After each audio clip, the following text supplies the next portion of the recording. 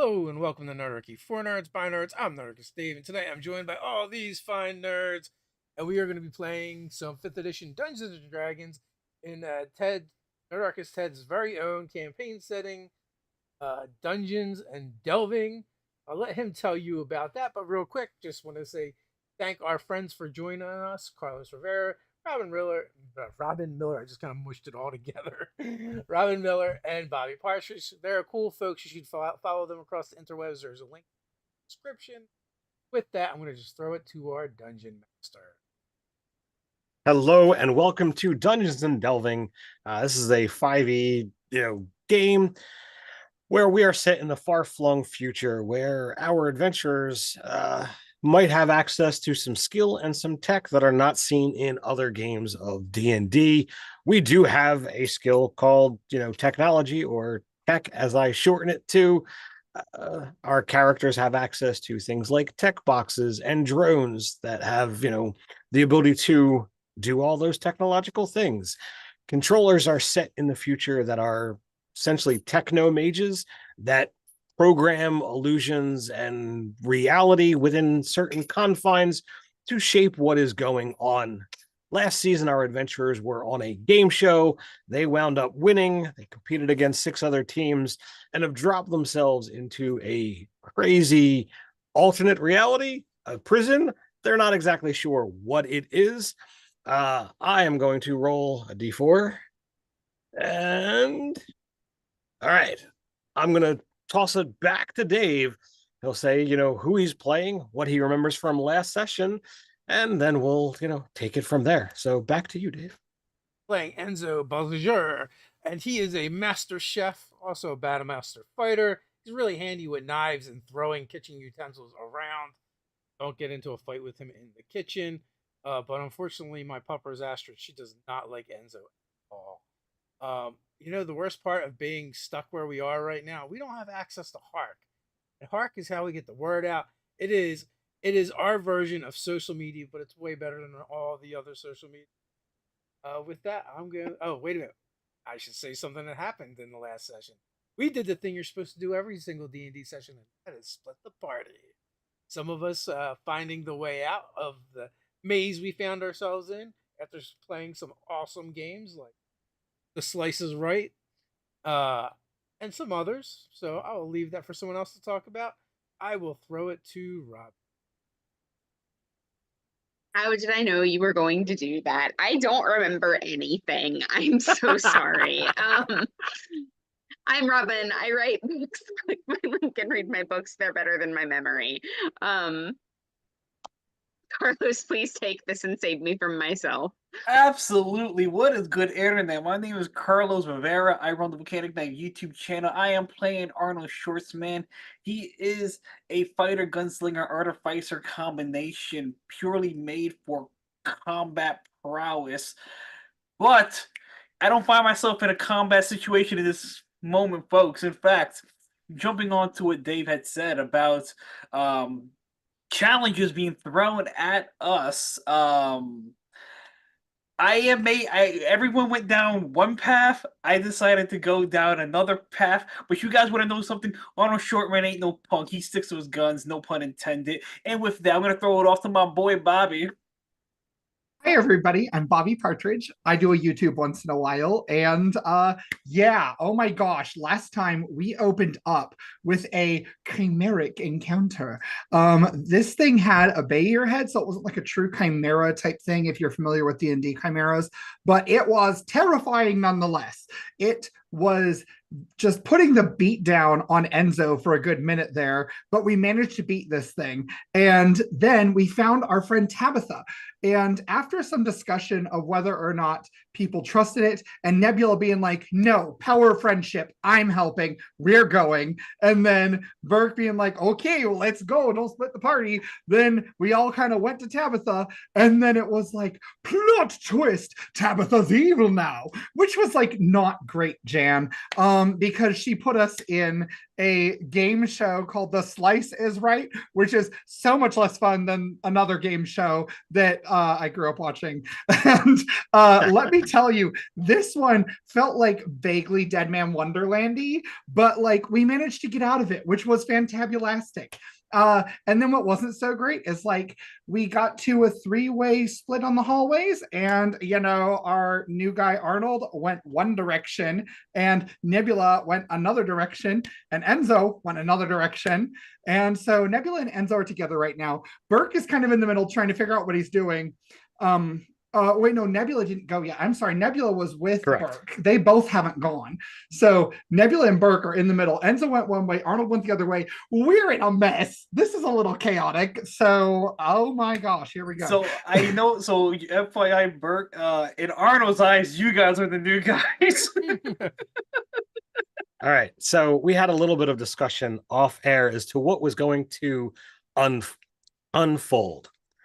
So I'm going to take a little bit of cinematic control as I need both Burke and Nebula to go ahead and make me a dexterity saving throw, please, as Nebula decides to follow after Enzo and Burke decides to follow after Arnold.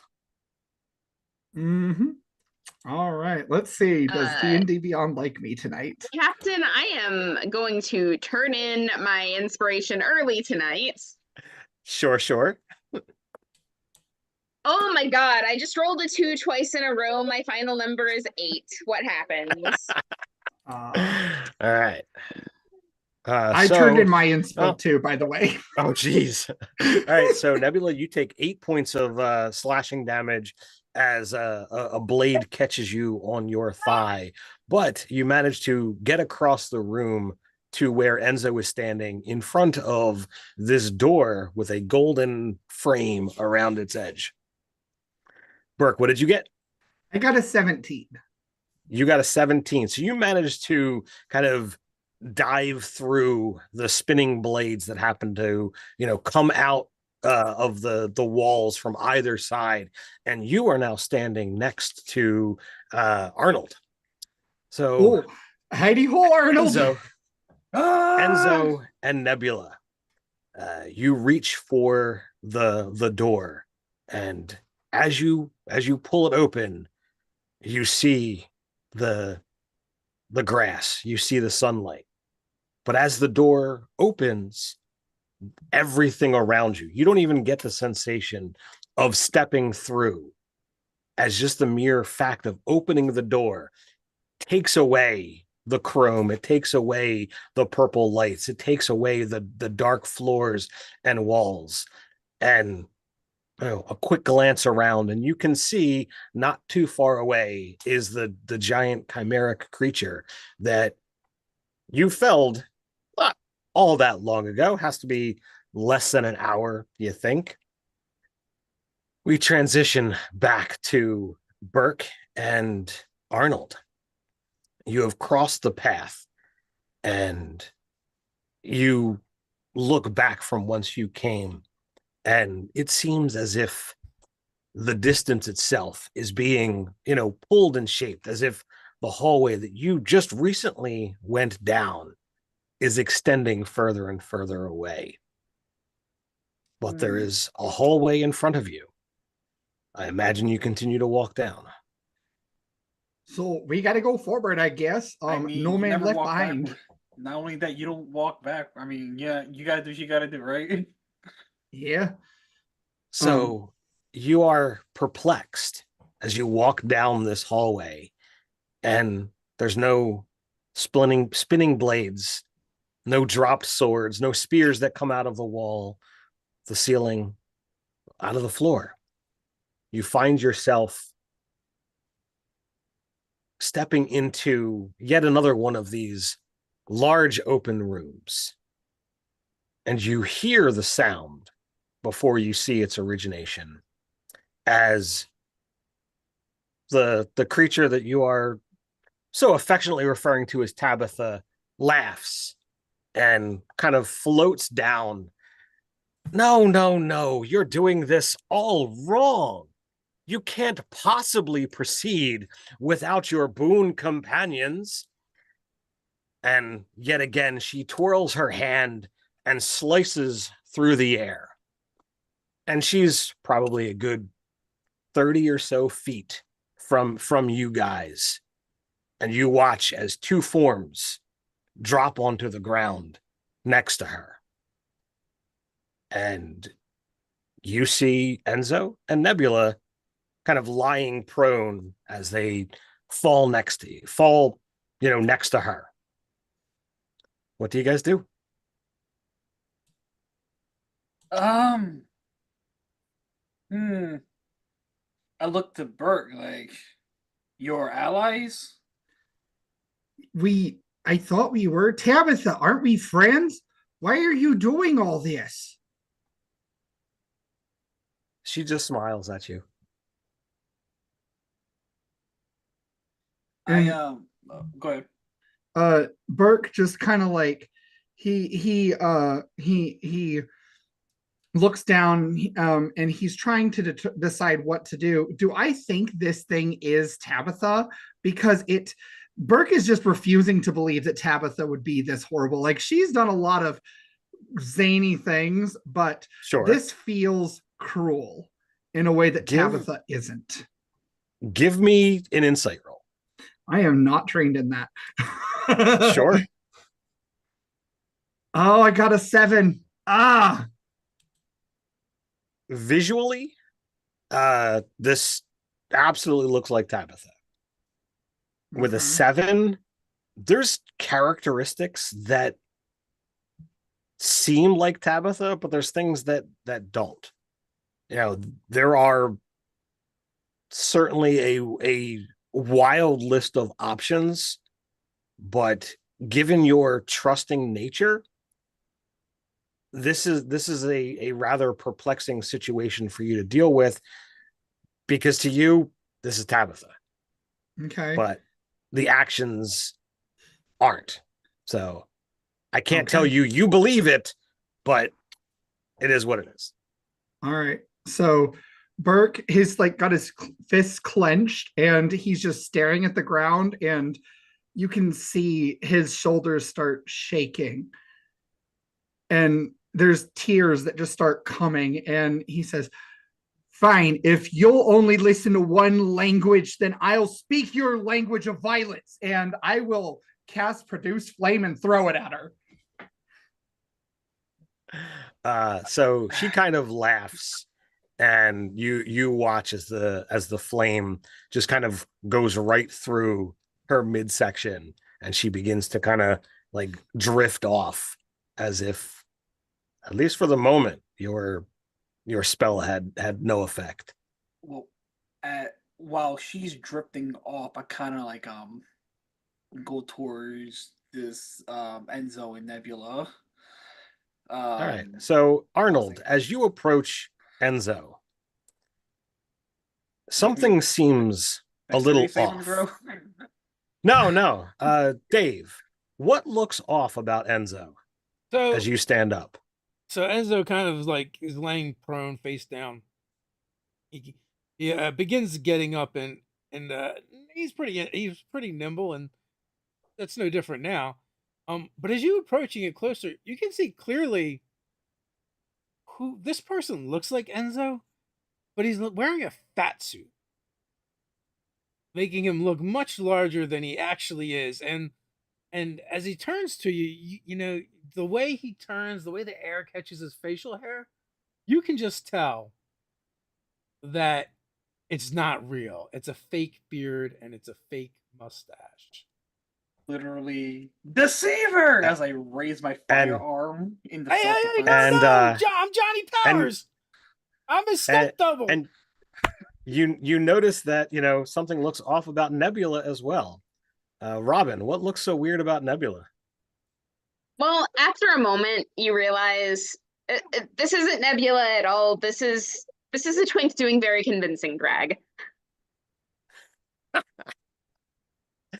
So as you notice these changes, Tabitha is almost doubled over in laughter.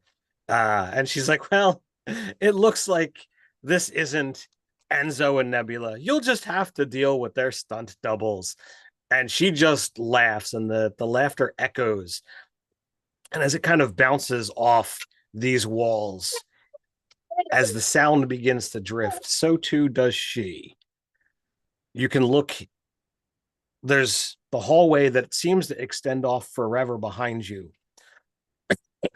But out of this room, there are three different paths that you can go. Obviously, left, right, and center. Where do you choose to go? It's not color coded, is it? It is not color coded. Because that worked so well for me last time, man. And of course, if you wish to interact with these individuals, feel free to do that as well. I don't mean to shove you forward. So yeah, literally, I raised my firearm. Deceivers. No. We were hired to do this.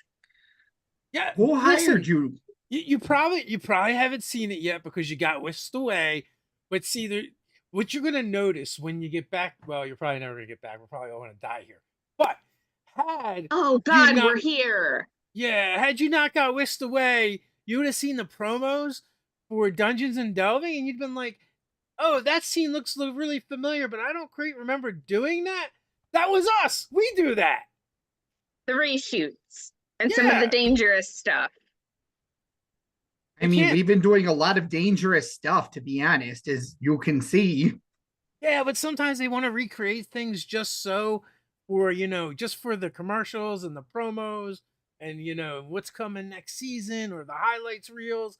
And you guys are busy recuperating, recovering, or maybe you're delving the dungeon, not available, so they get us to do it. So literally, out of character, this is meta as hell, and I love it. Everyone watching, this is how you split the party and make it feel like it wasn't really split. FYI. Can I do a thing, Ted? Sure. What do you want to do? So last game, during the first Dungeons and Delving, we had a mechanic where we were allowed to do an aside that was like a post interview, right? Sure. Or like, Ned Declassified style, like speaking to the camera. Yes. Yep. So can I do that? Absolutely. So cut away to Burke chilling out in their little hut that they have now. And he says, and that was when I noticed that one of those extras had something they weren't supposed to have that was going to be very beneficial to us. And then that's like all it is. Okay. Do all the characters experience that jump cut, or is it just something that happens? So that's more for the viewers at home, not anything that the characters here ever get. 5 seconds. I thought reality got distorted. I'm like, what? No. So the concept of this being a reality show is there's always going to be those moments where the characters have the ability to interact with the camera and say things that nobody else gets to hear. And the fact that you learned the last episode that there are indeed invisible cameras out there that have already caught stuff of what you're doing. And the real Nebula hacked into one of these things and was able to see that the signal was going to, the dark net back where you guys are from. So somebody is watching in some way, shape, or form the events happening here. How much of it goes out there, you're not really sure. So I will speak to these deceivers that so our survival is your survival. Is that accurate? It does seem that way. Yeah, now. Usually we usually get rate for these gigs, but I think this time if we do a good job, we just no prevailing wage for us today. I wonder if there's a case. Well, I'm Burke, and inside this nifty little device here is a Ganchuan named Hefty. He's my buddy. And this is Arnold. And who are you? Right. Rory. Hi. Johnny Powers. Johnny Powers. That's a very main character sounding name. Yeah, I thought so too, but I've only been able to get stunt gigs as of yet. But I'm working on it. I'm gonna get there. I'm gonna be a lead one day. Oh yeah, I'm sure of that. You have a great name for that. It would look great in any credit scene. So I wrote a D3, and my D3 is telling me to go left. I don't know what anyone else's instincts are telling them. Semper Well, Lateralis. Robin will always tell you to go left. Oh, that's 2 for left. I mean, Sure. Question, do they have anything that's going to help us in this? Like anything at all? Well, you were, trying to use your aside. So Robin, roll me a D6.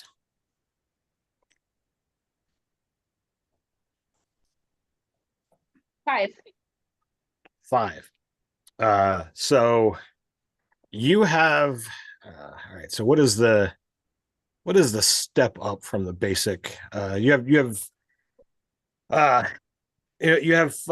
5 healing potions, and they're 4 die 4 plus 4. Whatever the name of that one is. oh, greater healing. There you go. That one. Nice. I see these jingly janglies, and I'm all like, "You mind if I partake in your lovely beverage?"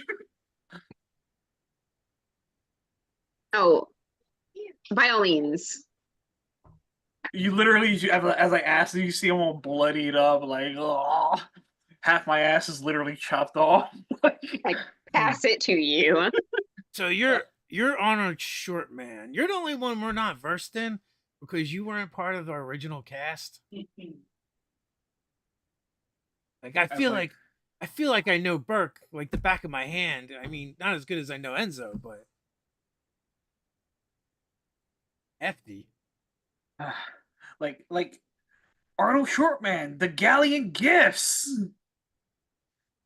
Sorry, I was never really a fan of the show. season 4. Oh, my agent God. got me a gig. I took it. It seemed like a good deal. I didn't look past beyond what I needed to know to perform as Enzo. But I'm sure you were great. I'm sure you did a great job. Can you cook like Enzo? No, that's not really required in my day to day. So I can do flips, I can do kip ups, I can parkour, I can throw things. My character's gonna see who wants to proceed left. If anyone else wants to have any other choices they want to make. Nope, I guess let's go left. All right. So as you begin to move towards the left, as you step to the doorway, you can see that the room is kind of more like a game board, as there are various colored tiles throughout the room. Some of these tiles have sigils or drawings on them, while others appear plain and unmarred, while still some look like they've got scratches on them, like as if something has kind of clawed their way through it. I don't like The the game look board of is that. looking familiar. Would it? It does not. Anybody play this game before? No, and I don't think I want to now. I don't think we have a choice. Is there like an apparent mechanic, like a die or different colors or a buzzer or something? So there are several different things that could be looked at. If you want to make a perception or investigation skill, you could look and see what you might be able to ascertain. Sure, I'll go with perception.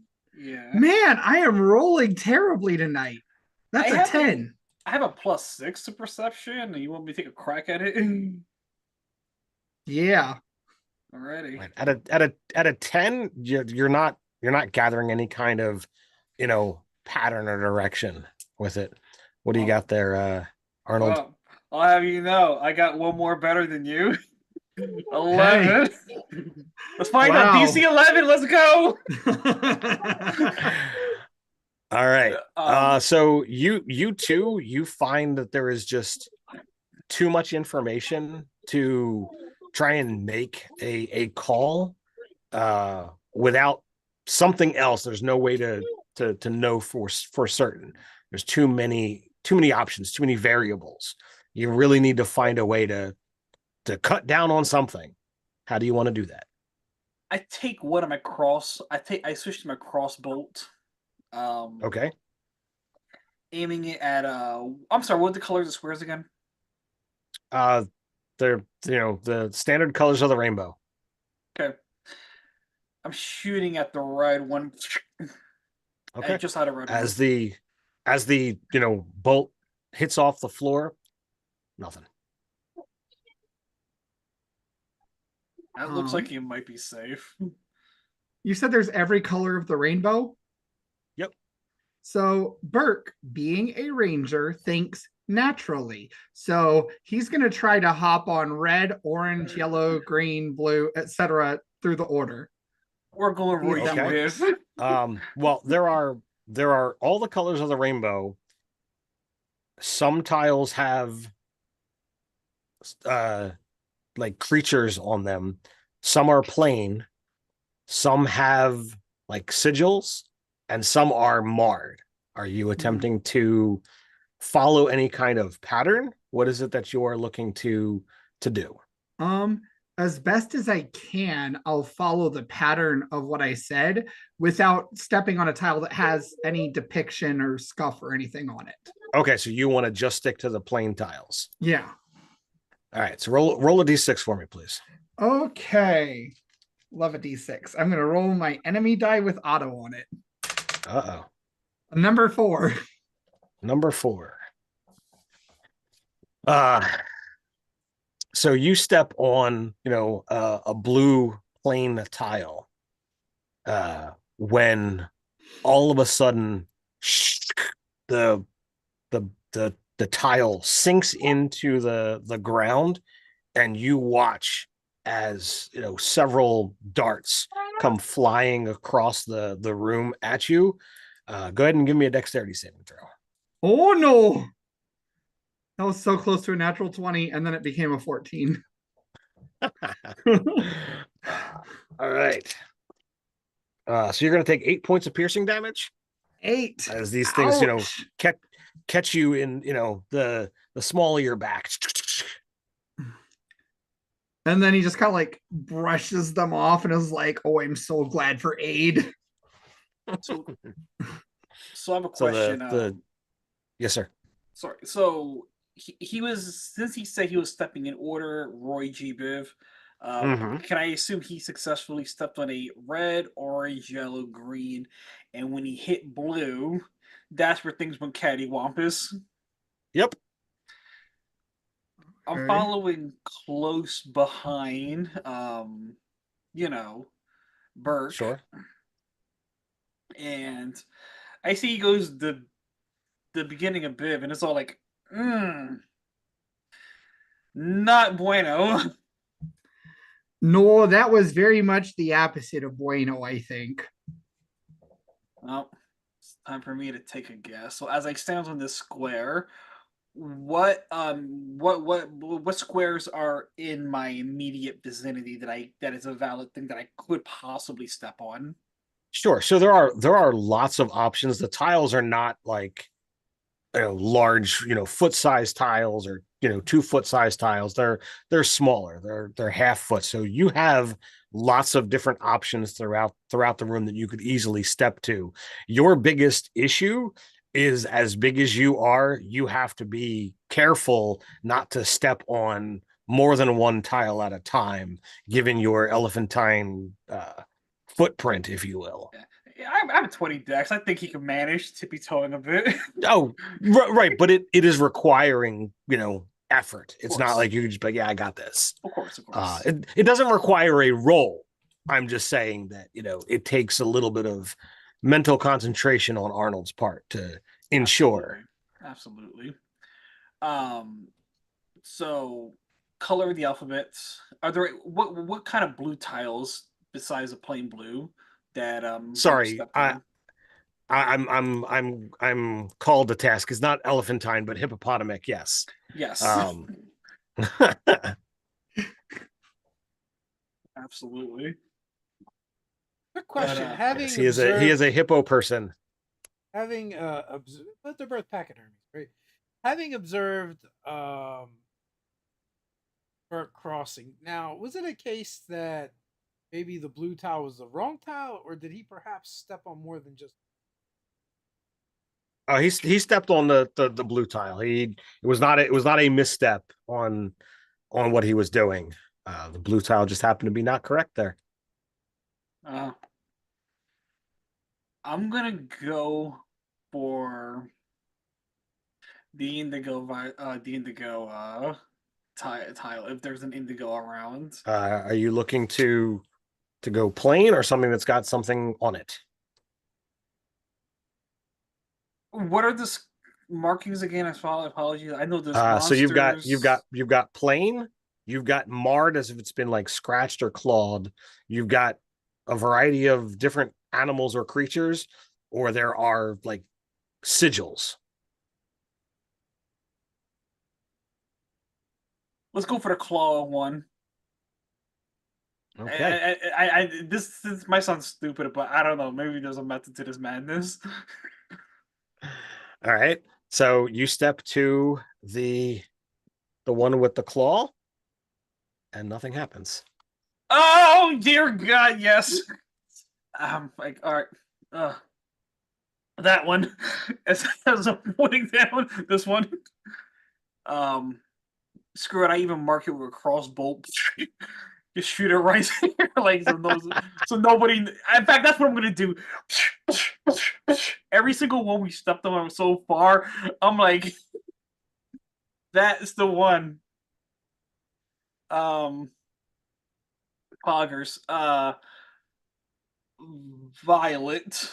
Or you know what? Sometimes you go forward, you must go backwards. I'm looking for a blue one. Okay. I mean, there's plenty of options around you. You're gonna step to a blue. Call me crazy, blue monster. This is this Blue cute, monster. isn't it? So not the one that that Burke stepped on. Go ahead and give me a dexterity saving throw. Damn it. Oh shit, yes, 24. All right, so you step on the blue, and it too sinks to the ground, just like the one that Burke stepped on. And that was all you needed. You literally spring back to the tile you were stepping on a moment ago as the darts go flying across the room and against the wall, but they miss you. Not that one.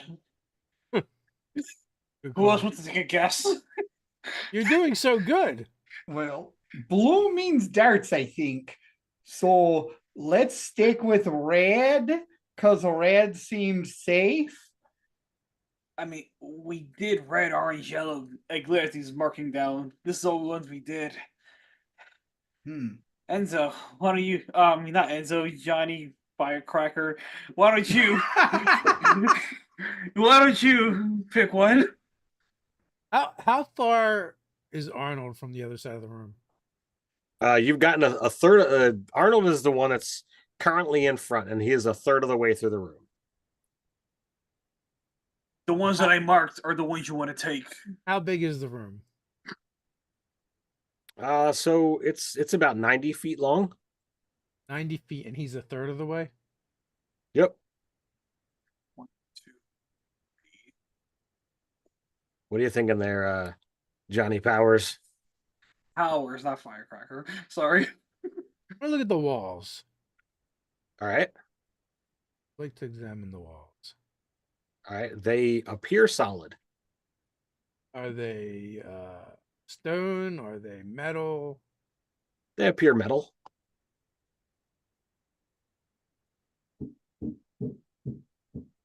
They're 90 feet. All right, so I will do exactly what Arnold did. Put me at 30 feet, right? 30 feet into the room, yes. Then I'm going to wait around.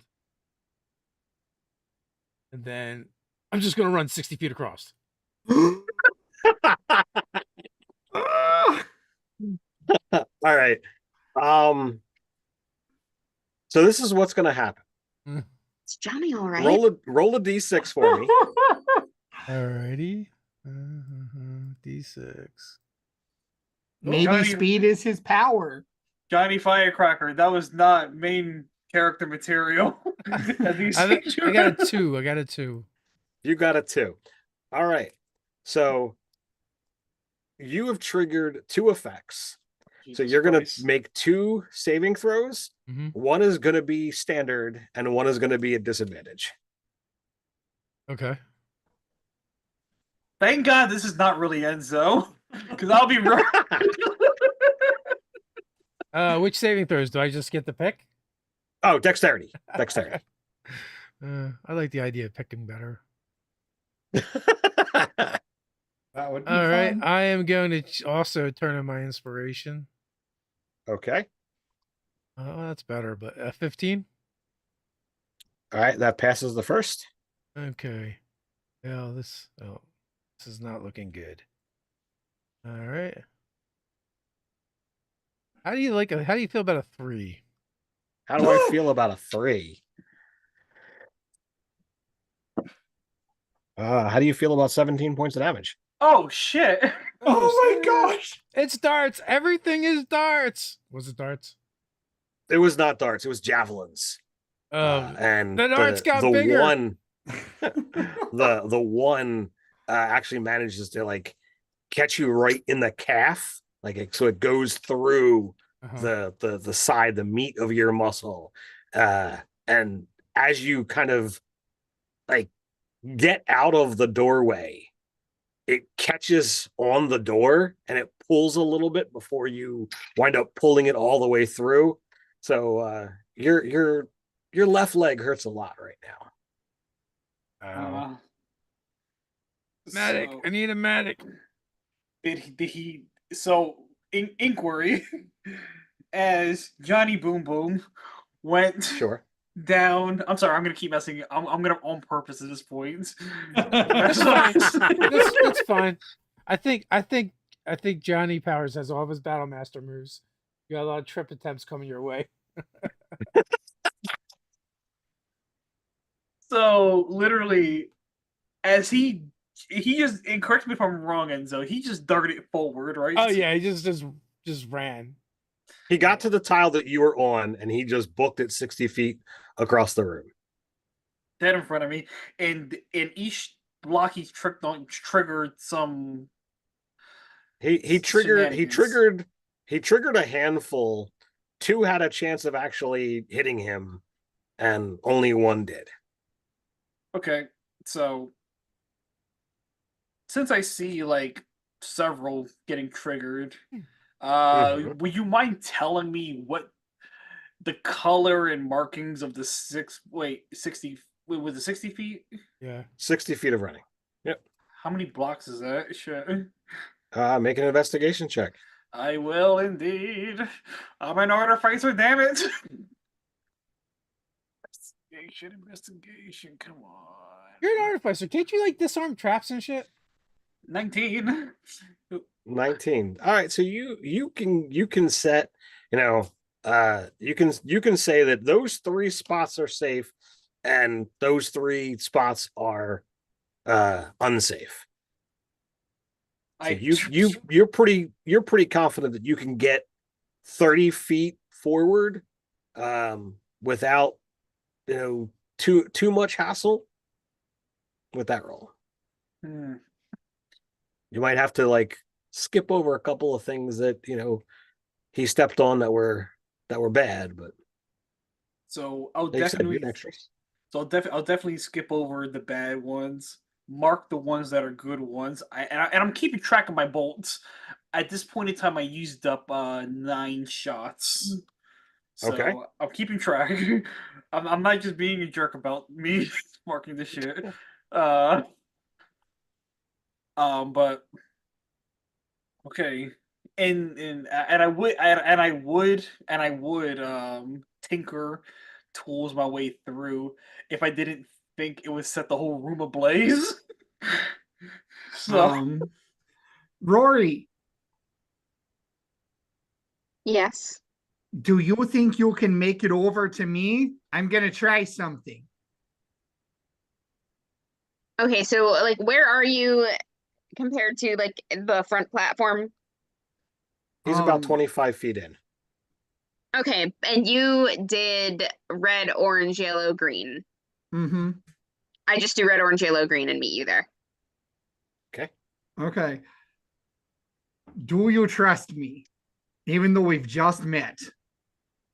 Well, you've just met me. I haven't really just met you. I've been watching you for months on screen. So yeah, I trust you as far as you can throw me. Good. And then I pick him up and I throw them. Oh my I'm god. happy you said that. Yeet. So I knew but that's where you were first going I with cast, yeah, but first I cast enhanceability on myself. And I do All bull right. strength. I assume that's the one you were going to enhance. Or rather, So give me Ganchuan strength, because all of these are Ganchuan Sure. related. Sure. All right. So go ahead and give me an athletics check with advantage. All right. Love this. It would have been Here's funny if he one. did So intelligence. Rory, I hope this is not a indelicate question, but how much do you weigh? about the same as Nebula, so probably around like 120. Okay. I got a dirty 20. That's A toss-up. dirty 20. Yes. How strong is Burke normally? He has a +1 strength. He has a +1 strength. The enhanceability, which I cast at 3rd level because that's what I have slots for. I can just target one additional creature. So I guess the additional creature I'll target, since I'm using the 3rd slot, is going to be Arnold. And Okay. yeah, and I just have advantage on strength checks, and my carrying capacity is doubled. So it'll allow you to lift more. I feel like I can kind of connect with a +1 strength modifier at times, but to lift and to hurl 120 pounds, I like where your brain was going. If you were a strength-based character, I have a question. I have a question about this. Because you're casting on level 2, is it just the same ability, or yeah, it's just the same thing. Okay. So I just target you with it too. So you also have advantage on strength checks, and your carrying capacity is doubled. You may want to pick some. So as a GIF, even though I'm medium, I'm counted whenever it comes to carrying things. I'm already a large person. Yeah, so you're counted as even bigger. Yes. I'm hella chunky then, like. So for the next hour, if you manage to make it back to the creature, you can carry a lot of it back. Yeah, like Burke's mind is, if this person's impersonating Nebula, they have to be decent at dancing. And Nebula absolutely can catch herself and land on her feet when thrown. So you know what? We established this last season. So that's where I'm going with this. That's true. And in light of that, because this person has to pass for Nebula in some pretty like acrobatic scenes, I would like to request that this character has the same acrobatics score. Well, I mean, you're playing your character, so like the same name is different. Yeah. Okay, that's very funny. All right, in that case, I am perfectly comfortable with this. Am I making a check? All right. Yes, you're going to make an acrobatics check and see how ridiculous this looks, because you've got 60 feet of space to carry, and he basically just kind of shoves you forward. He tries to lift, and there's a little bit of an oomph, but with the 20, I'm going to say like All right, you managed to get a good 5-10 feet forward, but how are you managing to deal with the momentum with you not necessarily knowing all of the right places to be? So let's see what happens with your check first. So I got an 11. Okay. So Or a stunt double. you get a foot placed right, but then as it lands, it begins to pressure plate. So you try to move forward, and unfortunately, that lands you on another incorrect place. So go ahead and give me a dexterity saving throw. Great. Next time, tell me before you're gonna Oh, throw me. my God. I got an 8 again. For the third time tonight, I have rolled a 2 on a dex save. I'm supposed to be good at these. Good grouping. Oh wow. You're a stunt So double. Don't be too hard on yourself. You're now about midway through the room with what's just happened here. And it seems like in the earlier parts, it's throwing darts. In the latter part, it looks like it's, hurling, javelins. This part of the room, it's like dropping like swords without their cross guards. So they just kind of like fall straight down at you. And I happen to roll not nice. So that is 17 points of slashing damage to our Rory. Oh no. Okay. I'm so sorry. I tried. I failed. Inquiry. Yes. Who is furthest into the room at this point? It would be Enzo, but I mean, Enzo has made it out of the room. oh, Yeah, Enzo is through the doorway with a javelin through his calf. You are about 65 feet, Arnold, for having followed in Enzo's footsteps, and Rory is about 10 feet further back from you.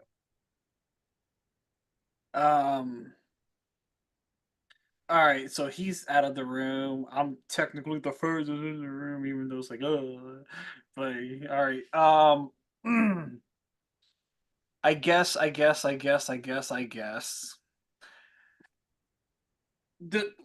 Okay, I know this seems metagamey as shit, but I mean Arnold can see this square. What is the square dead in front of him?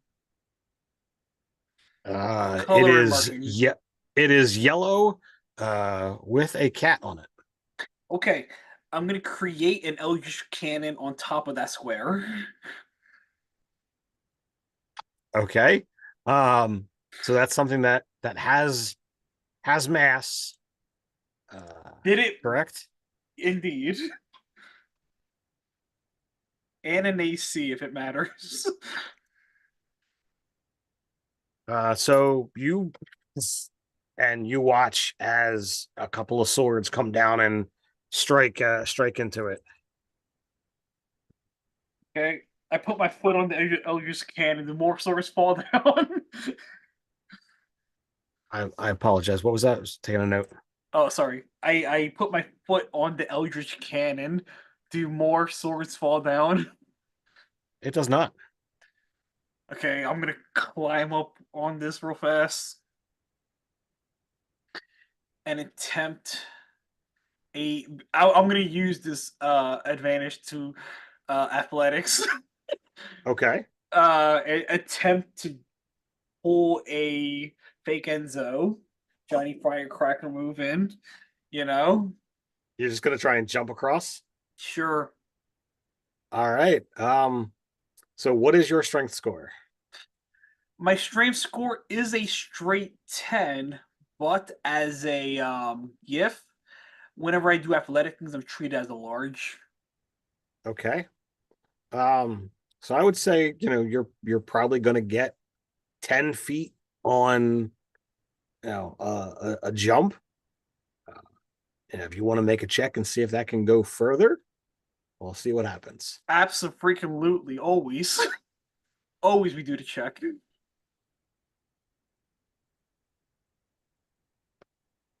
18, baby. 18. All right, so you're at 65, so you've got 25 feet worth of coverage. And 18 is certainly not going to get you there. Okay. So let's see It here. doesn't get me all the way there, but how much does it get me? So I'm gonna say like you're at 18 feet, so you've got 7 feet worth of space. Why don't you go ahead and give me an acrobatics check, um, and see how you land. We'll see what that looks like. That's an 11, man. That's an 11. All right, so you couldn't confine yourself to one square when you land. So we're gonna roll a d4. That did not go well for you. So sadly, I need you to go ahead and make a dexterity saving throw for me. Not a problem. I would like to use my inspiration. Sure. That is Alrighty. 3/4 of them gone. Okay, that's a lot better. We're talking 18, man. All right. So you watch as the javelins, aiming low, shoot across the wall, and you manage to, do a quick step, get out of their path, and roll through the doorway. I assume, Mr. Johnny Powers, that seeing this barreling hippo man coming in your direction, you move out of the way and not stay in the doorway. Yeah, I'm definitely gonna move out of the way. All right. All right. So you do not have to worry about making a check, or he doesn't have to make an extra check to be out of the way of you. So two of you are out of the room. I call back to the people back there. Hey, if jumping off my cannon doesn't work, it could push you further into this way. I summon a force ballista. But you're gonna get hurt a little bit, just saying. It could push you 5 feet further in or out. So if you don't make it off the jump, gonna have to take a D8 though. You said I'm 20 feet in, right? 25. 25. Can I take a creature with me on my movement? Well, there's no creature near you to do so. Can I pick up a creature on my way? Who are you trying to pick up? Because Rory. Rory is currently 55 feet into the room. Right. I can get there. That's not an issue for me. I have a speed Okay. of 35 because I'm a ranger. Right. So if I dash, that's 70 feet. And you said the room is 90 feet. So I can get there. Sure. So, and are you going to do what fake Enzo did and just charge across the room? basically. But I'm willing to take disadvantage on saving throws if I can prevent Rory from getting hurt.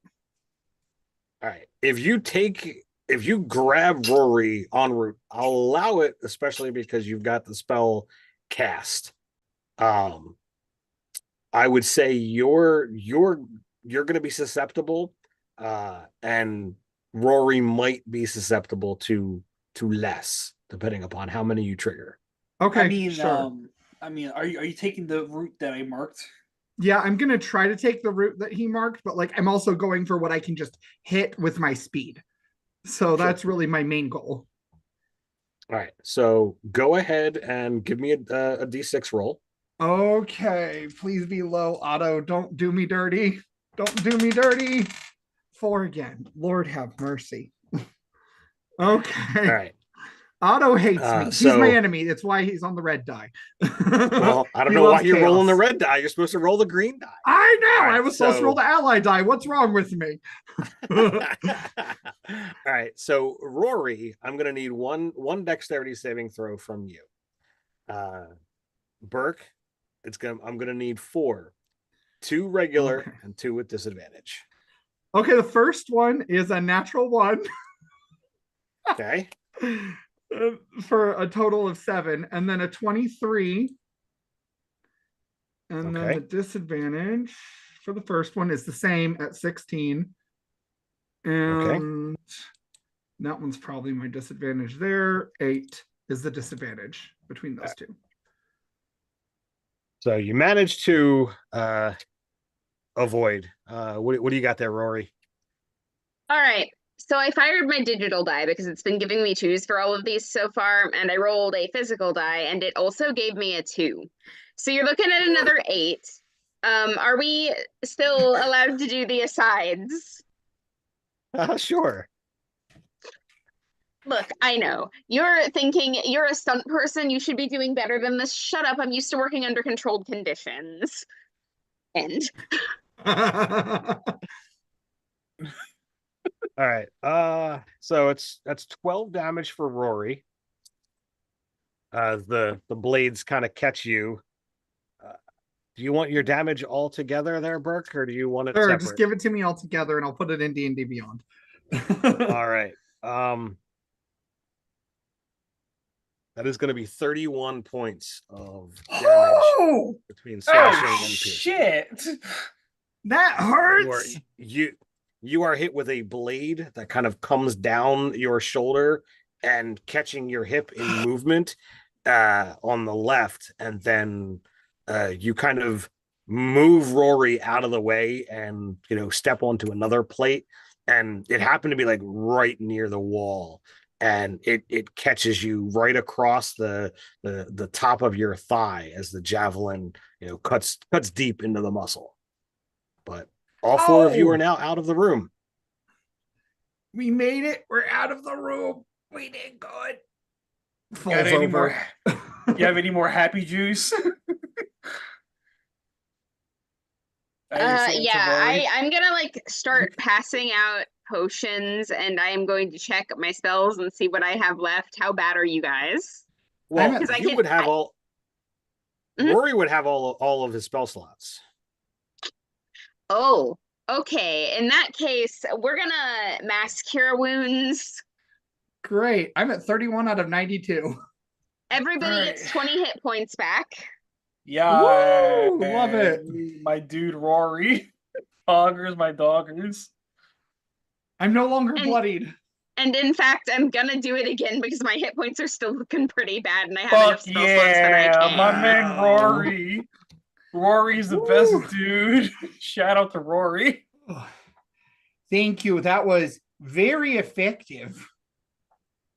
Are you okay? Hold on, I'm calculating. That's 17 for the second one. Woo! So total of 37 back to the party. As you guys see this spell come upon Arnold, 20 you more see than I most of- needed. You see, like, most of his butt cheeks have grown back. I'm still not at max health. Like that's Yeah. How We about got you, pretty beat Jenny? up. You have the potions, don't you not? Oh yeah, no, I'm not gonna heal further than this because I need to be able to heal later if we get into another fight, but I'm Fair. just justifying using the big spell slots now. Fair. Yeah. Alright. Jenny, are you okay? Oh yeah, I'm perfect now. Rory, I'm sorry. I was trying to be clever because I assumed you would copy what Nebula does. Not that there's anything wrong with what you did. I don't know. I miss Nebula and my friends. I'm sure we'll find them. Hey, not to be that guy, but wouldn't it have been better to have the big hippo guy throw Rory instead? Probably. He looks pretty I- beefy. I mean, I'm feeling hella tough as fuck with the enhanced ability on it. Like, my pecs are more peculating than normally, but at the same exact time, like, I barely know Rory, so it was not the first thing that came to my mind. But if anyone needs to be tossed, I'm more than happy to toss them if wanted. Just inquire, and I will, abide. All right. So as you are kind of having this conversation, and you got the moment to look around the room. You see this room has a number of doorways. There are no hallways. There's no like all of the doors are closed. There is ones that are each sorry, brain is not working properly. The doorways have red with a great sword on it, black with a long sword on it, gold with a pair of short swords on it, and green with a dagger on it. Hmm. Well, the last door that Enzo and Nebula entered was gold. So if we enter the gold one, maybe we'll end up with them. That I love the thinking. But the minds at this place are 12 steps ahead of us always, so you see Arnold being paranoid as hell. Like They don't he's like usually. trying to They he's don't trying to use. like go ahead. They don't usually hire me for my ability to think. It's more of like flexing and looking good, moving around. And literally as like Arnold's playing like 4D chess in his brain against himself, you see him like spinning his gears in his brain but that's what they want you to think, therefore they will do the opposite of what you want them to think. And that's the reason why we should choose gold, because it's the last thing they expect us to think that we think that they think that we would do. That was Make very much sense? smarter than what I said. I agree. That was very much more. We go More gold. something. So literally So Arnold. as we as you guys open the door, Rory, any parting thoughts? Ooh, I just really wish that I was at Chipotle instead. Hey, Johnny, any parting thoughts? I really got to get a better agent. um, Burke can and Arnold, as the door begins to open, you two see the sunlight, you see the grass and the trees that were once surrounding you, before Tabitha appeared, and a quick, look around the landscape. And while you don't exactly see uh, Enzo and Nebula, you see the corpse good ways that way of the chimeric be here that you fought a couple hours ago. And you begin to head in that direction. And before too long, the four of you are reunited yet again. Literally as Arnold comes back to this world that he has known for the last 2 years, he almost feels around the area to see if it's actually real. He drops down to his knees, grabs a fistful of dirt, inhales its earthy incense just to check to see if it's really here that he's at. And It is Burke, indeed. when he gets that whiff of good old earth, like you notice he tears up a little bit and says, "Thank you, great gift, for another day." As So gets up and proceeds. we'll rewind a couple of minutes. Enzo and Nebula, as you step through the maze or step out of this doorway, you find yourself, there near the chimera that you felled, and you see a party coming in the direction of the smoke that's still billowing up through the sky next to the fallen catch that you so recently dealt with, and is riding from the direction of Castoff. You can only assume that this is the party coming to assist. At the head of this is this halfling that you've met before, moving quite quickly. Behind, you see an elf, and then another creature that looks incredibly familiar to you. The halfling gets there first, as she is faster than anybody you've ever seen. And she, begins, talking and, examining the corpse. But it seems the eyes are drawn to this, other group. And the spider folk that seems to be traveling next to an elf. As the spider folk comes into view, there's not a whole lot of spider folk that you've dealt with in your time, but you certainly remember Zrosrob, your fellow competitor. And this spider folk here looks to be Zrosrob.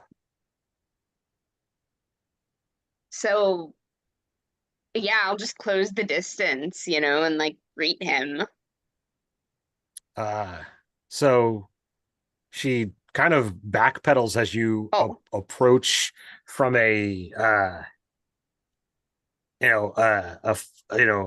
approaching as if they are familiar to you, and her spider-like head kind of pulls back, and the arms kind of like come out to stop you. I stop. And the eyes kind of blink. Do I know you? Is your name Zrosrob? So you know my sister then? Oh, I'm so sorry. I didn't mean to assume. Well, in our clutches, we look very similar.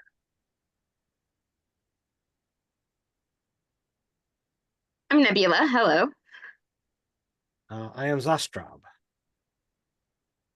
Our names are familiar. It is how our parentage identify the clutches. Okay, that makes sense. So I assume that you are new here? Yeah, you could say that. Well, I am a clothier and an arcanist here. Should there be things that you desire, I'm coming to see what skin may be taken from the creature and what use it may have for.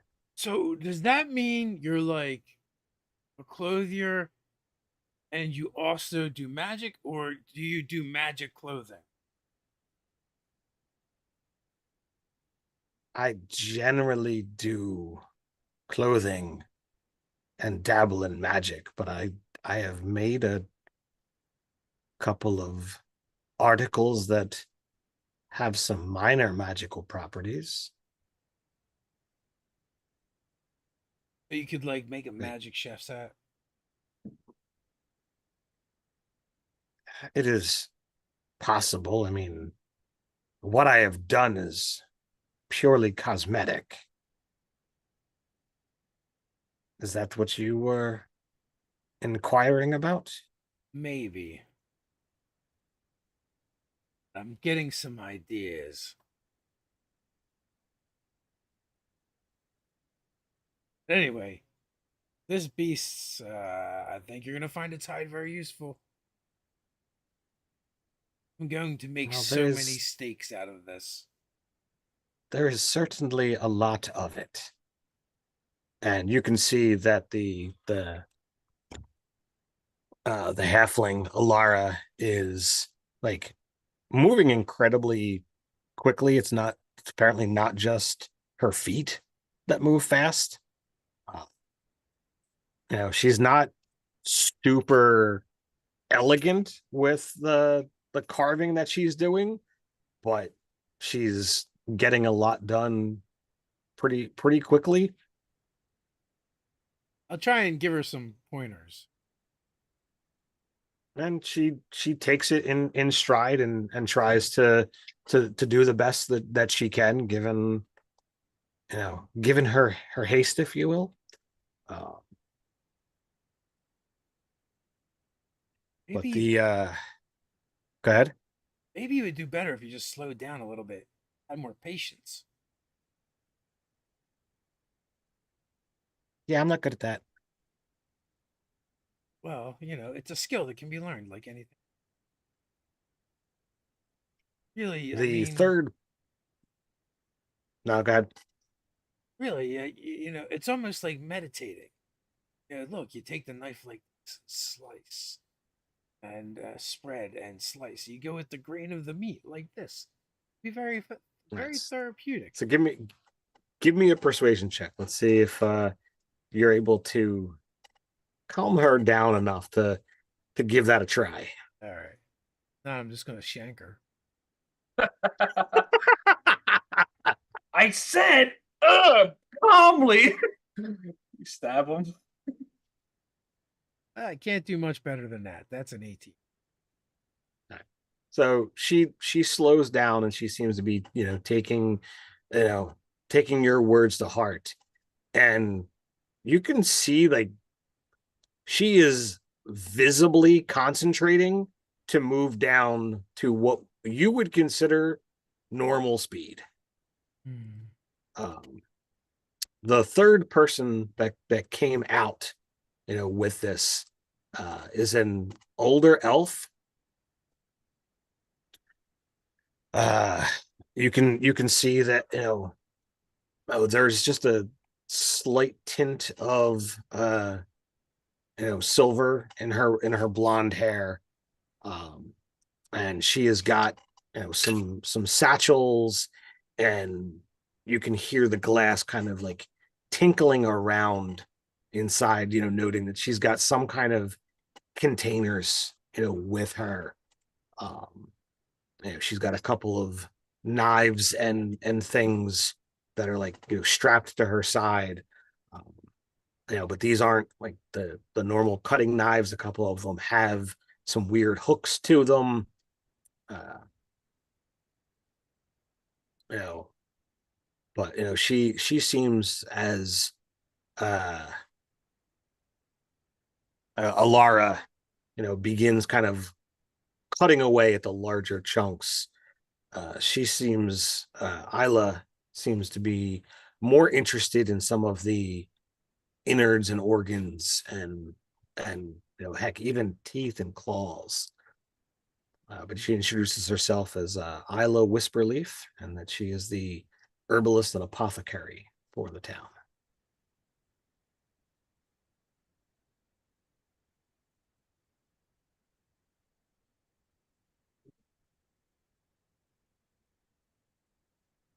Yeah.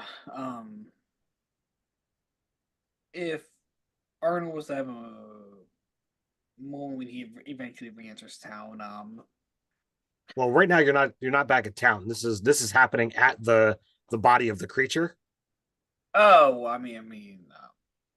Arnold's not good at doing those type of things. If anyone's gonna stand back and do that, obviously he'll allow for that stuff for happening. But Mhm. you know, Are we there? I thought we weren't here yet. I thought we hadn't appeared yet. No, you guys are we're walking here. onto the scene now. Oh, okay. As soon as we walk on the scene, Burke is just gonna run over and squeeze the nearest companion. All right. Technically, that's One, two, Arnold, three. but It's Enzo. It's gonna be Nebula. All right, so Burke just runs up and picks Nebula up and squeezes and says, "I'm so glad you're not a twink in drag." And Nebula, who is Nebula now and has the same like knowledge of her own center of gravity, like does the kind of dancer thing and distributes her weight so that you can do that easily and gives you a hug and smiles and says, I'm glad too, I think. You were a twink and drag earlier. It was fine, but not you. And you were Oh. wearing a fat suit. And he looks over at Enzo. I'm very glad that you're just fat and not wearing a fat suit. I'm not sure if that's offensive or not. And then he'll run over and squeeze you too. Enzo, does the name Johnny Powerhouse mean anything to you? Should it? I don't know. What about Johnny Rockets? No. Johnny Firecracker.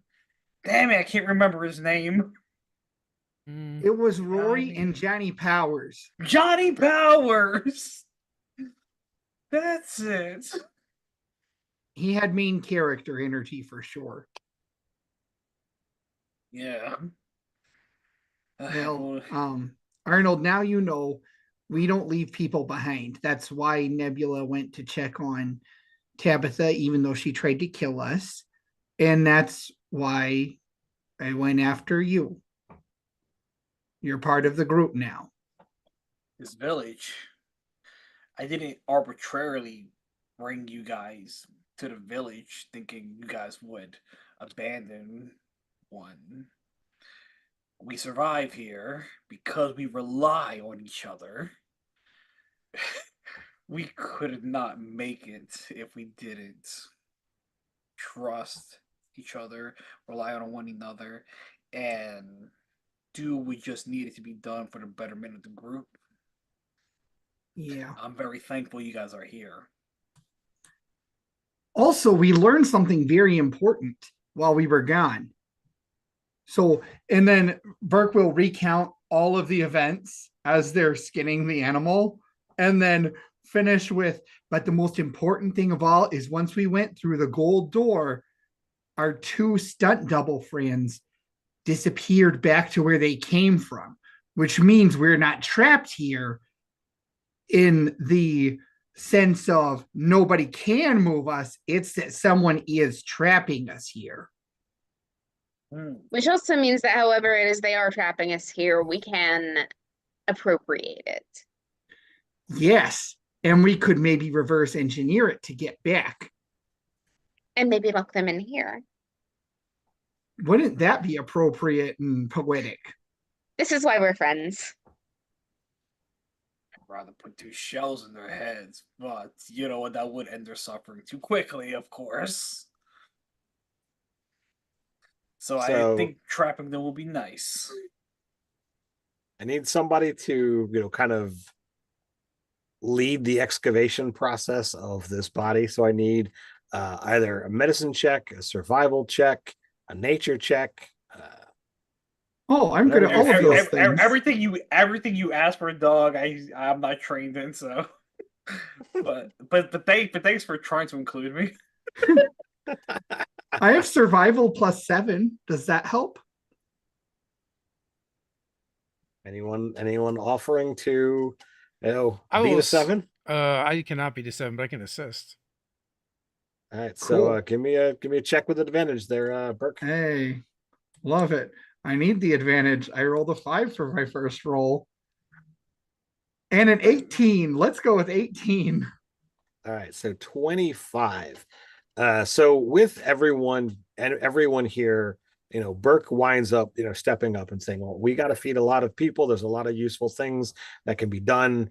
And as Burke tends to do, whenever there's something that he has the knowledge of, he can kind of command the situation, as I believe he's done before.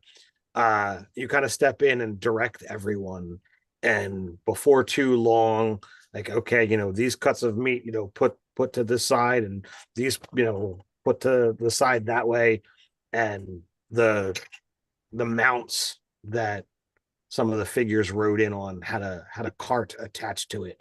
So all the stuff kind of begins getting piled up and wrapped up, far more of the creature than you would expect is loaded up onto the cart, literally wrapped in some cases in its own skin and hide. um some of the things are put into a barrel that Isla seems to be looking to kind of take control of, and before too long all that can be carried and carted away. There is still a lot here, but there's only so much that you're able to kind of take back. Um, so there's the brief discussion as everybody is turning around. It's like, oh well, do we come back for a second trip, or do we think other things are going to be out here drawn to its scent, to its meat, what have you? But that seems to be the prevailing conversation on the ride back. Uh, is it Yeah. Zastrab? Zastrab. Yes, you are an arcanist, are you not? I dabble in magic, yes. Do you dabble enough to cast catapult? Guy. This guy. I'm not overly familiar with that spell. I mean, I've heard of it, but I don't have it. What is it you wish to be flung?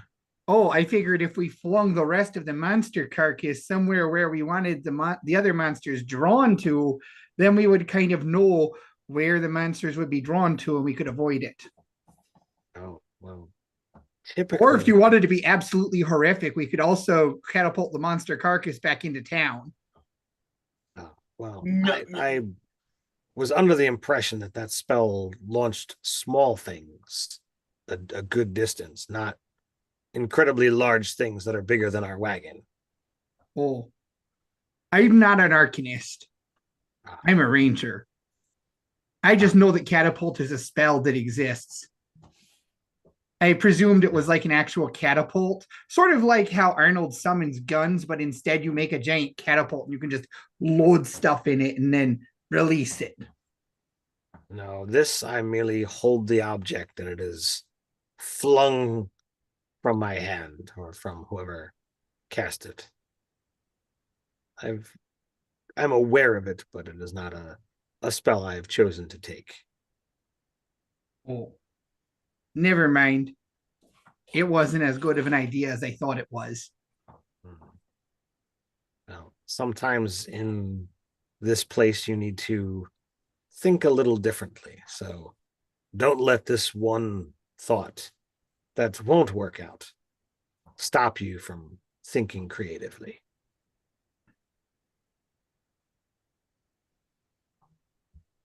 So is there any conversations anyone is looking to have on the ride back? So I guess a question I have is for the group in general, out of character, is who seems most grizzled? I think this is Enzo, if I'm being honest.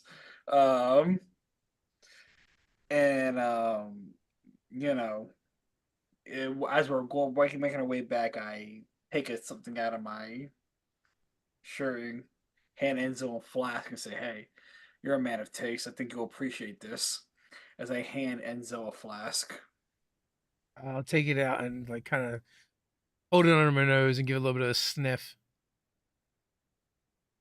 Better take a swig too, man. That's peanut moonshine right there. You ain't gonna find nothing like it. Earth delicacy. What is this peanut That, moonshine you speak of?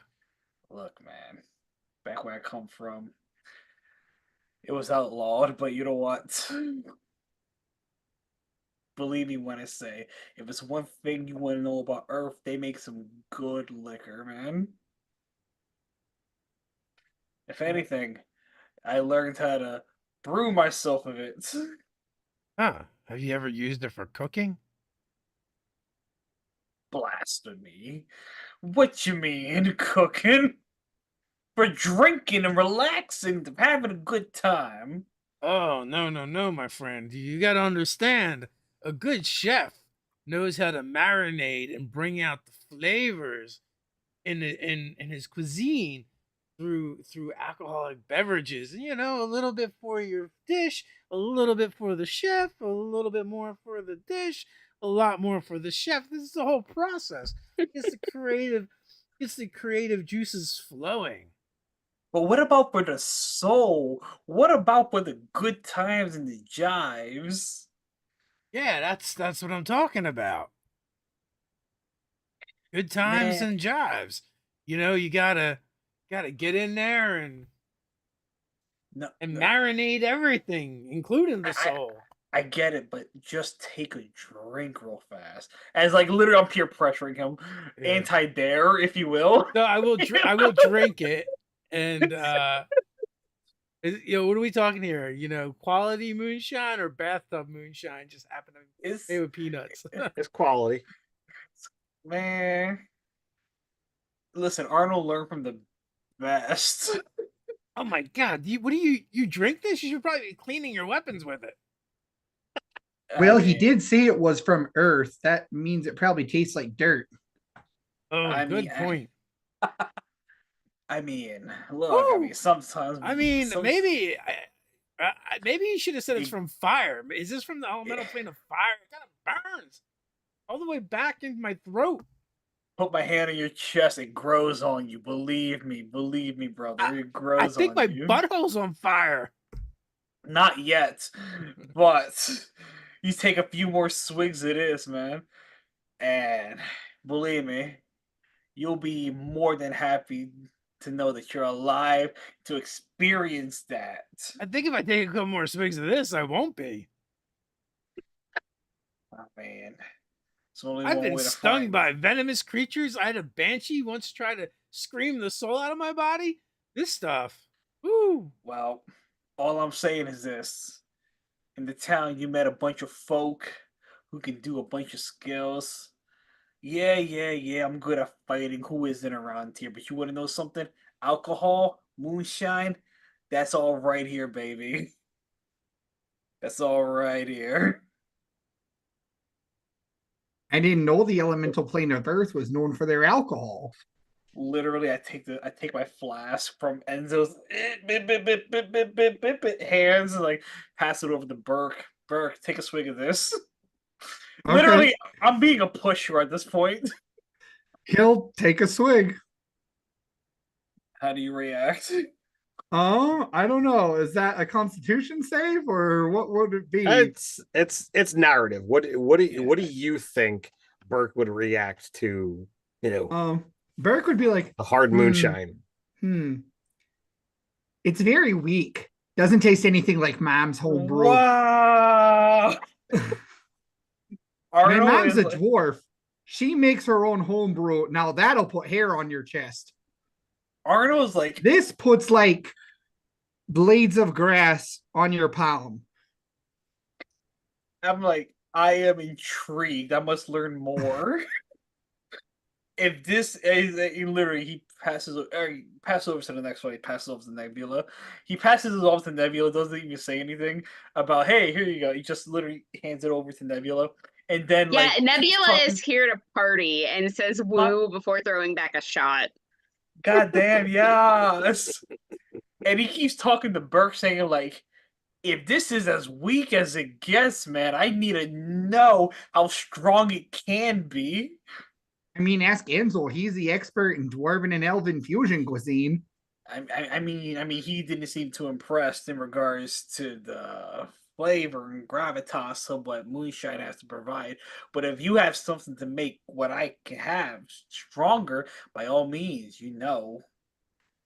Well, usually it's brewed with fungus from the caves because many of my dwarven relatives live in caves, and Aunt Ethel regularly brings a large jar of this luminous purple mass. It's quite pungent in a very unpleasant way, but it makes a very good alcohol.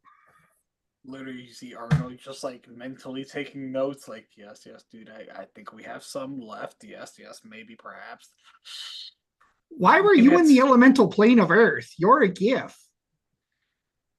I mean, look, it got weird. It got weird for a time. You know what I mean? There was a place, Central City Zoo, New York. Look, I'm not here about to trauma dump on you. All I gotta say is this: Otto's a dirty son of a bitch. You know that, and he should have stayed dead. But Sounds like you hey, and Chef Bob. Bob, Bob. He leans over and whispers to Enzo. Definitely Bob vibes. Mm. I want to set about like getting some long tables set up, you know, a fire pit, and I want to see if I can't find like a slab of rock to put over it. With a little bit of work, all of that can be done. Some vegetables, so I can sit everyone on the other side of my cooking slab. Oh And- shit, we're about to have hibachi. that's Oh, what hibachi, shit. that's what the Elven Dwarven fusion is hibachi. That's why. God damn. And I begin preparing the meal for as many people that wish to partake. So Isla says that they do have a garden there.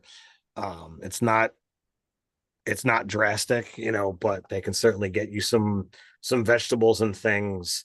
As they kind of inquire, is there anything else that you would need, or what have you? But people are people are intrigued as to what this is, and the fact that there's whispers of, is this a meal, is this a performance, what's going on? Yeah. There's yes. So I want to talk to the spider folk and be like, hey, to really use, and I'll describe a chef's jacket and hat. And Okay. obviously it's not gonna be ready now. Really, but like, and then I explain the performance aspect of what I do. Okay. And could you make it from the beast of this hide of this?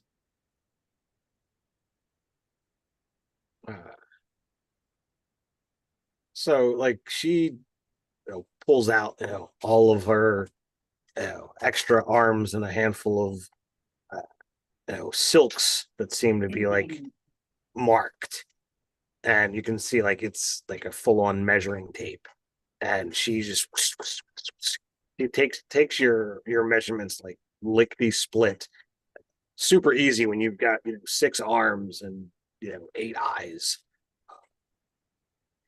And she doesn't seem to write anything down either. Yeah. She's like, I get to have some of the meal too, right? Absolutely.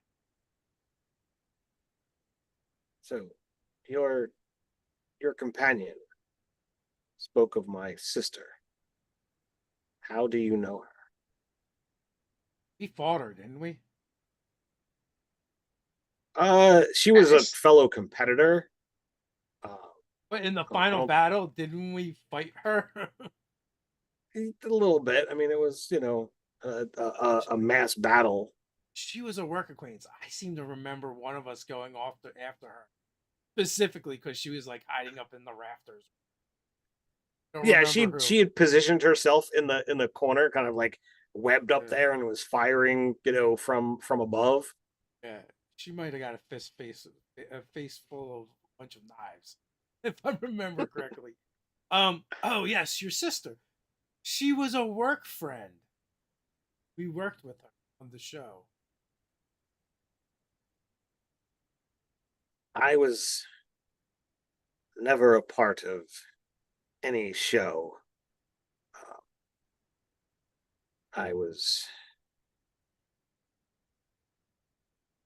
I'm familiar with the show you speak. There are many that have come here. Some have affiliation with the station, some do not. Well, I dabbled in magic and many other things. I have learned more coming here than when I was there. And she goes on to kind of say like that she literally just worked for the station. Like she helped in costuming, and in some ways dealt with props, but she was never someone to go out and do the dangerous things. Honestly, I think your sister was there looking. Show was probably That just an is excuse. something that she would do. Her flamboyance, her energy. She was one to be more risky. That was never me. Get out of here. Get you back, sister. If you find a way out, I hope that you take us all with. I don't think there are any that truly wish to stay here, but Oh, that's our I plan. don't know if that's even possible. And if things can come in, then things can go out.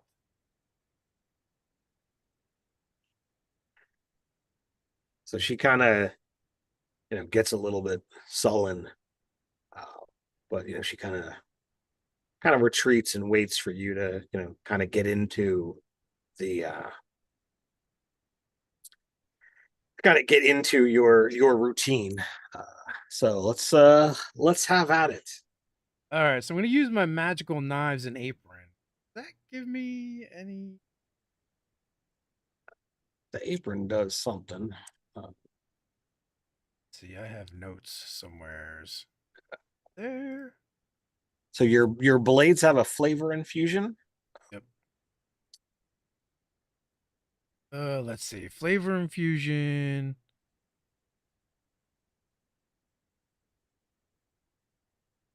Um.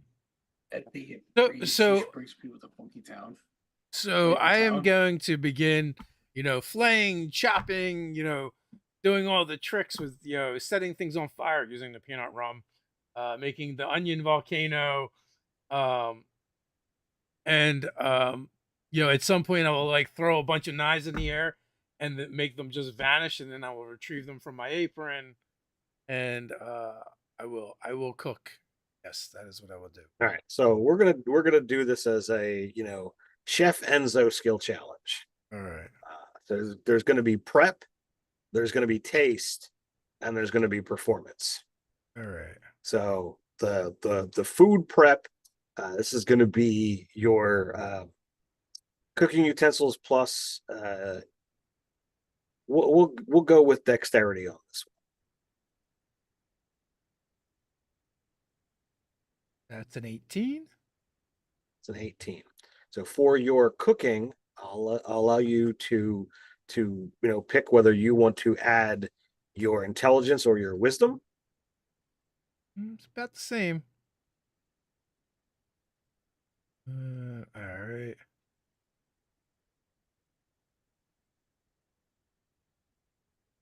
That's only going to be an 11.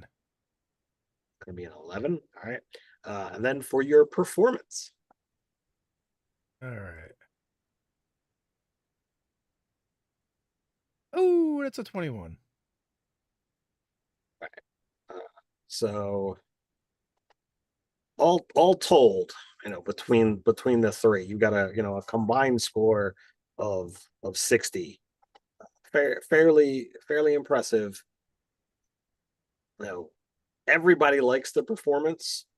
The flavors are good, but they're not great. You prepare it well. Part of you thinks, oh, well, I wish I had had this, or I wish I had had that.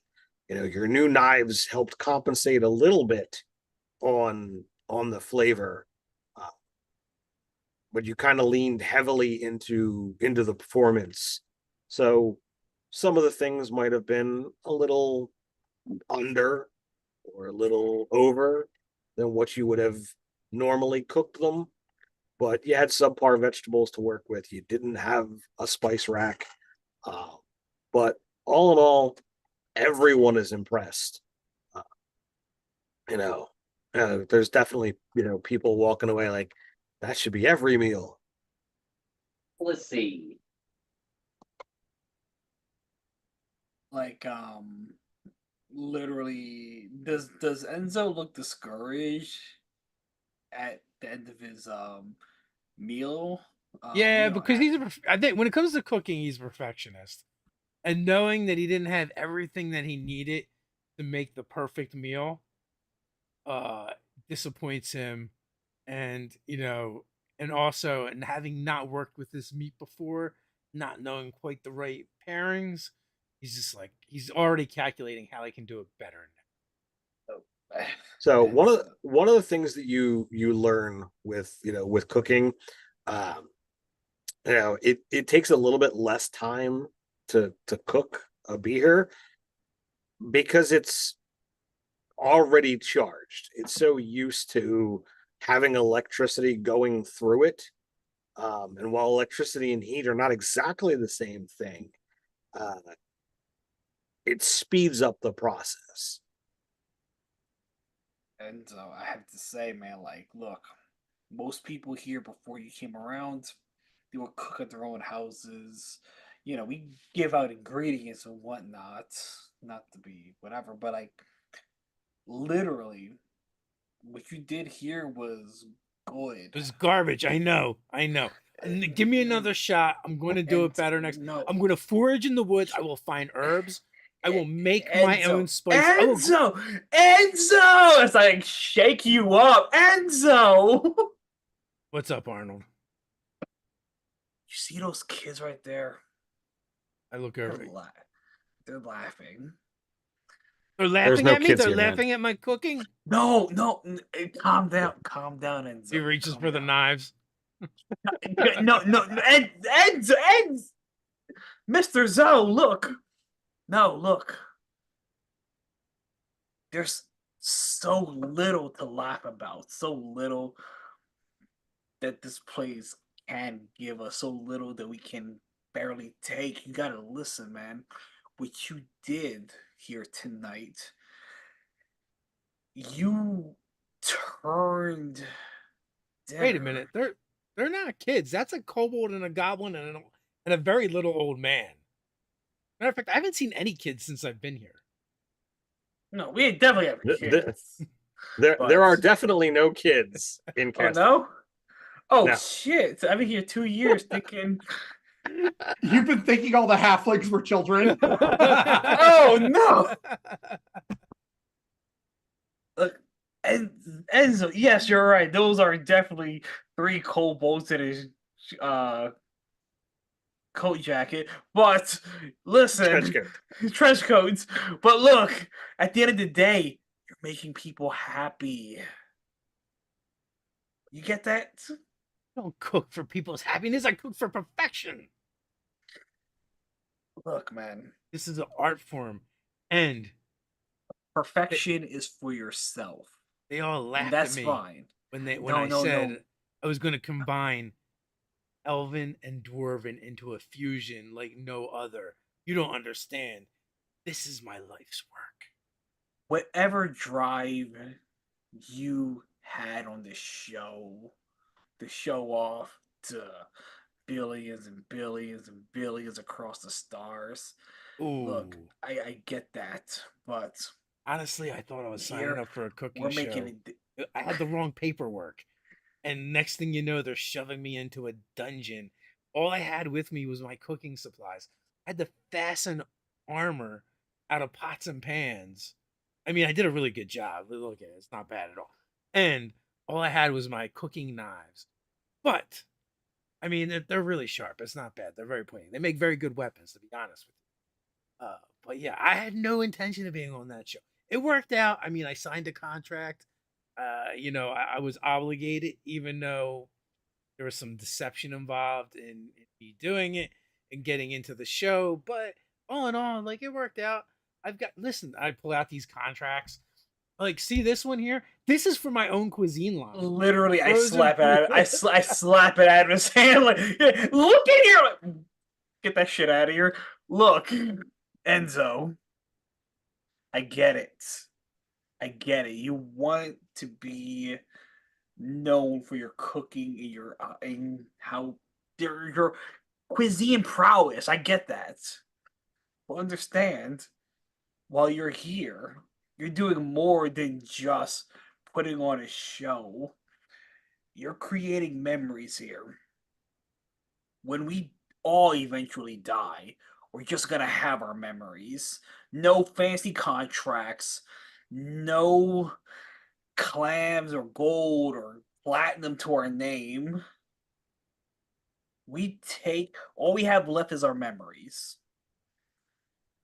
which you provided here tonight was excellent memories, along with a very memorable taste and smell to your meal. You want to know something? Taste and smell lasts a bunch longer than any contract will ever will. Are you sure about Lit- that? Literally, Arnold just like, I think I drunk too much moonshine and takes one more swig and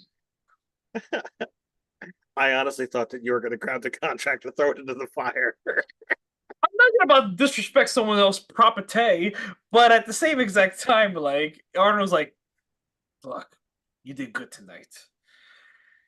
Whether you want to accept it or not, you did good. And Well, I appreciate your compliment. You're very kind, sir. he takes the rest of his moonshine, hands it to Enzo, and says, I think I'm gonna take for the rest of the night. And he goes towards his hut. This gives me an idea as I have the moonshine. Take a mouthful and go over towards the fire and spit it out. I'm going to add that to the show next time.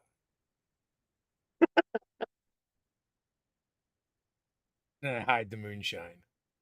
The dragon's breath. Gonna be known as Dragon Breath Enzo. All right, so Burke, you wanted to do something? Yeah. So Burke will at some point find Nebula in a quieter moment. All right, so that And quieter moment looks like Nebula crouched over a table with the bits of copper that she requested and a couple of other bits and bobs that she was able to scavenge from the area, and she's trying to build a potato lamp. okay. Burke will just approach and be like, hey, Hey, I just wanted to check and make sure you're doing okay. why wouldn't I be? Well, I mean, you're so used to being famous and a pop star sensation and second only to Serafina. And it's your adoring public isn't Mm-hmm. here. Mm-hmm. And like, I don't know. I wanted to make sure you were okay. And when I met Rory and Johnny Powers, I mean, they were great, but they weren't you and Enzo. And I just wanted to make sure you guys were okay because I realized I've been having so much fun in the wilderness because I'm just Burke, away from the farm. And yeah, sit down a second. okay. I'm gonna tell you something, but you have to promise me that you will tell absolutely no one else. And if you do tell anyone else, I will deny that I ever said it, and they will believe me because this is a ridiculous thing for me to be saying. Okay, I will not tell anyone else unless it involves danger to someone. I kind of miss Serafina more than the public. Really? Yeah. You mean like you missed the rivalry? No. No, like I miss the stupid way that her hair falls into her face when she's like looking at her data pad and thinking about something, and like the that she does after she asks a question as if she has to ponder it a little bit more. That used to drive me nuts in the I wanted to punch her face way, and now it drives me nuts in a completely different way that I am not ready to look in the eye yet. So Oh, I yeah. see. Yeah. Sorry, I don't pick up on cues like that all the time. I've never really found interest in people like that in that way. But that must be really hard for you. It's motivating Motivating to do what? to get out. Yeah. They can't hold me here. You know, I I was flopping as a pop star, and you know that I was flopping as a pop star. You guys have made comments about it. I just didn't want to think about it. But you know where I'm thriving? Where? Breaking boxes like these.